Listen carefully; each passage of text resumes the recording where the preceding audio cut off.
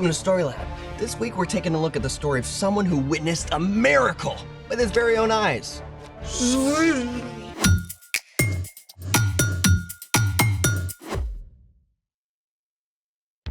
Hey, I'm Zeke.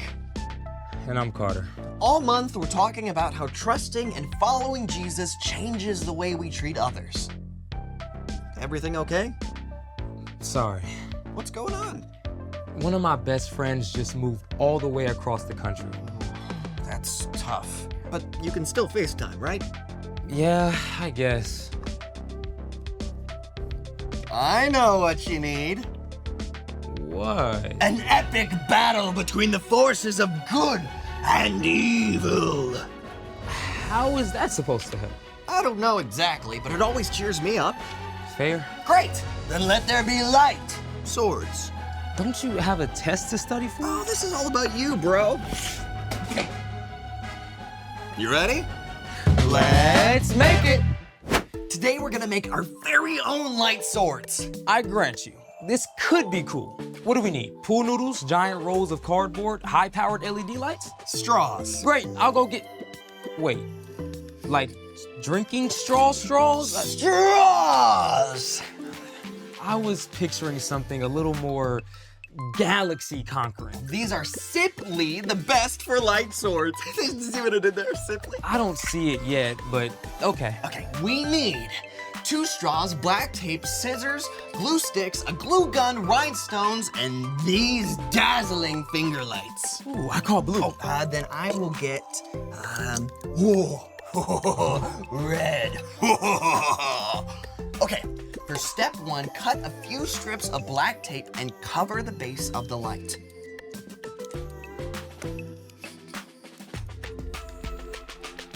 Can you cut it?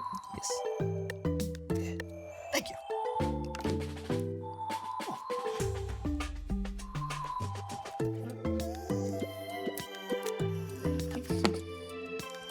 Now for step 2, you're gonna need a grown-up around for this. Prepare the glue gun.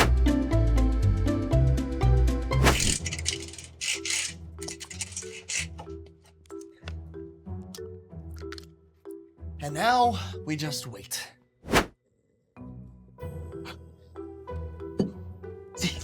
What? I think they're ready. Oh, they're ready?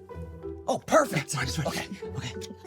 Now squeeze a little glue on the base around the light. Enough so the straw stays in place, but not too much or you'll cover the light.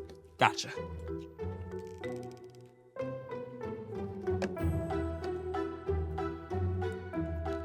Now make sure the straw is straight and hold it for a few seconds so it dries in place. How's this? Oh, you the man. Hey, how hot is a light sword? I don't know, how hot? Lukewarm. You get it? Oh, okay, I get it. Now, for step 3, it's time for the rhinestone. Just glue it to the end of the straw so the light doesn't escape. Now, our strategy for this is putting it around the tip of the straw and then just placing it on the rhinestone.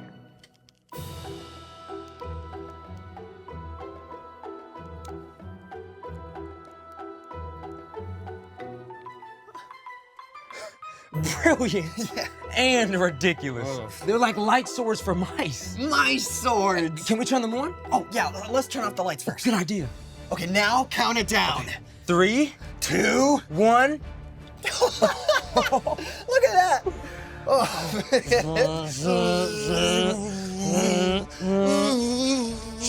We meet again at last. If you strike me down, I will become more powerful than you can possibly imagine.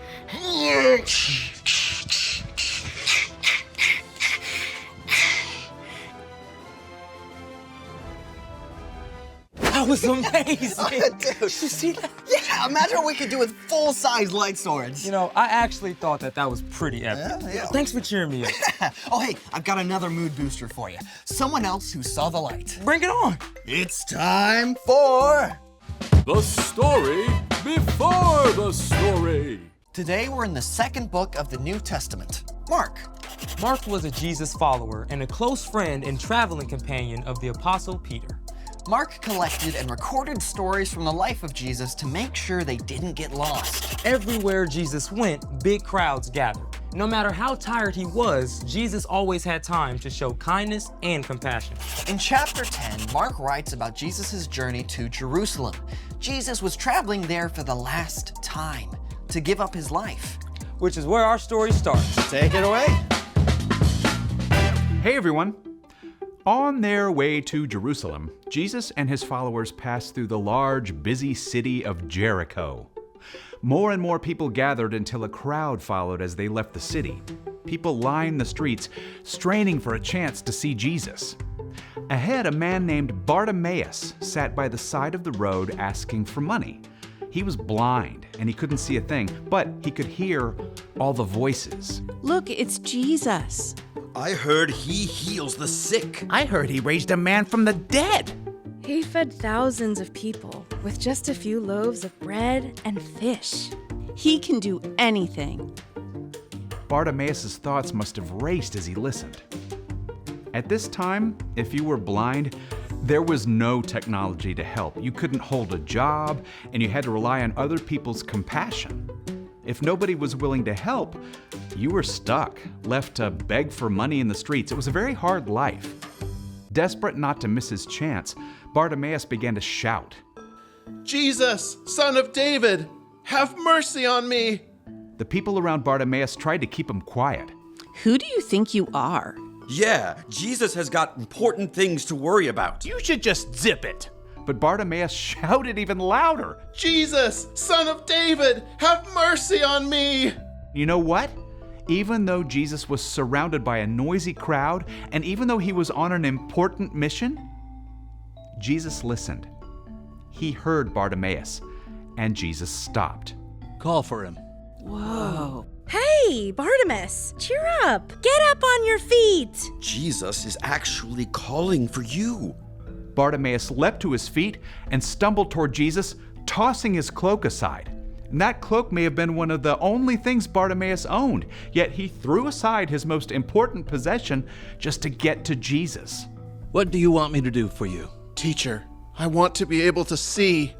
Bartimaeus may have heard stories of Jesus before, or he may just have read the excitement of the crowd, but somehow he had the faith to believe Jesus was powerful enough to heal him. Go. Your faith has healed you. I can see. I can see. Can you imagine? Bartimaeus had been living in complete, utter darkness. And suddenly, in an instant, light and color explode before your eyes. People and trees and brilliant blue sky. Bartimaeus was so joyful and amazed that he joined the crowd to follow Jesus along the road, marveling at the incredible new world Jesus had opened up for him. The end. Wow. I mean, Jesus had big stuff to do, Saving the whole world. but he stopped for one man who needed help. Over and over, Jesus made time for someone who needed him. So What's our part in the story? Well, just like Jesus saw Bartimaeus' need and stopped to help, we can show compassion when we keep our eyes open for what the people around us need. Now, compassion is caring enough to do something about someone else's needs. So once we see a need, it's important to take action. Yep. True compassion means making time to help others. Like when you're in the middle of a video game and your mom is carrying in groceries from the car. Ooh, that's hard. I hate pausing a game. But you can still pause yourself and help. True story. Maybe taking a few minutes before starting your homework to FaceTime your grandma, because you know she loves to hear from you. Or you could help your dad put together packs with clean socks and snacks to give out to people you see who don't have homes. Yeah, sometimes it's as simple as saying hi to a friend who looks lonely. Or getting up a few minutes early to help your younger brother get dressed and ready for school. I think you got it. And thank you both for taking time to chat with me. See you next time. Bye. So here's the thing. Make time to help others. Speaking of help, you need any help for that test you're studying for? Yeah, I've sort of been avoiding it. Well, I'm here for all your study needs. After a 60-second epic battle. Oh, you are on!